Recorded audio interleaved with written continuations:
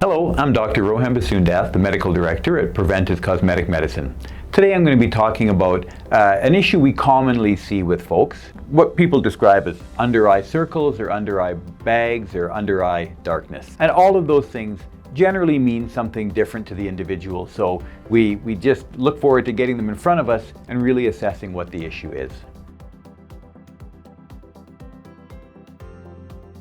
There's several different reasons why people can have, again, what they describe as under-eye dark circles or bags. And a lot of it, most of the time, is structural. It's related to the anatomy of the under-eye region. First and foremost, the skin in this region under the eye is the thinnest skin we find on the body. It's just a millimeter thick. And in being that thin, it allows some translucency of the skin in that area, and we're able to see the underlying tissues to some degree. Now, generally, we have layers. We have skin, fat, and then muscle. But in that area, right under the eye, in the tear trough region, as it's sometimes described as, there's really no fat under there. So we have a very thin layer of skin lying right on top of the muscle. And that muscle is sort of purpley pink, and that's why we can get that sort of hue under the eye that's sort of dark or purpley pink, depending on the color of the person's skin. The other thing that contributes to the darkness potentially under the eye are the blood vessels that run there. It's an area around the eye that's rich in blood vessels. And sometimes people just have more prominent blood vessels that, again, due to the thin skin and the lack of fat, are a little bit more prominent and give the under eye region an impression of being darker than the surrounding area. There's just genetically, some people have some pigment in their skin under the eye, and that is, I'd say that's probably the most challenging one to treat. That bit of pigment that people have can give the impression of an under-eye circle. The other structural reason that can cause that under-eye hollow or darkness is a loss of volume. So once we start to lose volume in this region, and some people don't have as much volume to begin with, and some we lose it over time. Some we notice it more at 20, 30, 40, 50. It varies from person to person.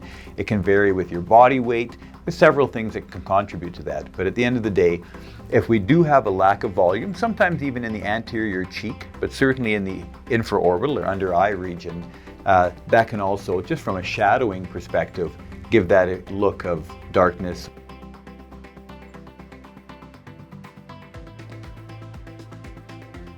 Now, in putting together an approach to managing under-eye circles or under-eye bags, as sometimes people describe them, the first thing we do is we make a diagnosis. We decide what's the cause. Is it the skin? Is it the pigment in the skin?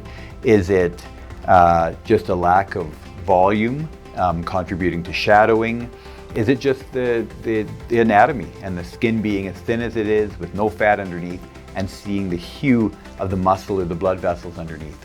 Once we make that decision, we can put together a treatment plan.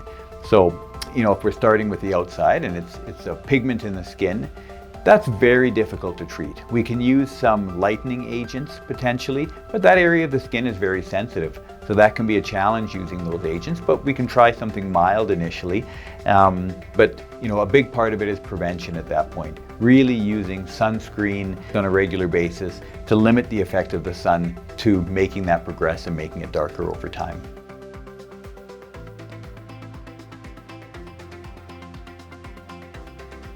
When it's a volume issue, and that's typically what we see, we replace volume. So we use dermal fillers to replace volume, sometimes in the anterior cheek and often in the tear trough as well. That can help to reduce the contouring, the hollowing, or the shadowing that we see that cause that under eye look that people don't like. And when it's due to the thinness of the muscle, thinness of the skin, and the muscle showing through, sometimes we can get a very thin layer of filler between the skin and the muscle to help change the reflection of light in that area and soften the appearance of the darker circle.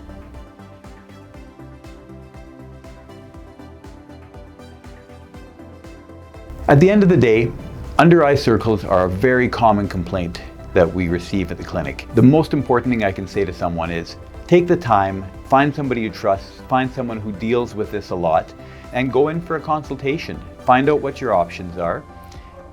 We always like to start when we meet people. We like to start with just lifestyle. You know, the most important thing for your health, for aging well, looking your best, inside and out, including the under eye region, it's just leading that healthy lifestyle. Getting enough sleep, eating well, keeping well hydrated, being active every day. Those things are going to contribute to just looking your best over time. So I'd encourage you, if you have any more questions, feel free to reach out to us. Come on in, we're happy to meet you and discuss any concerns that you have.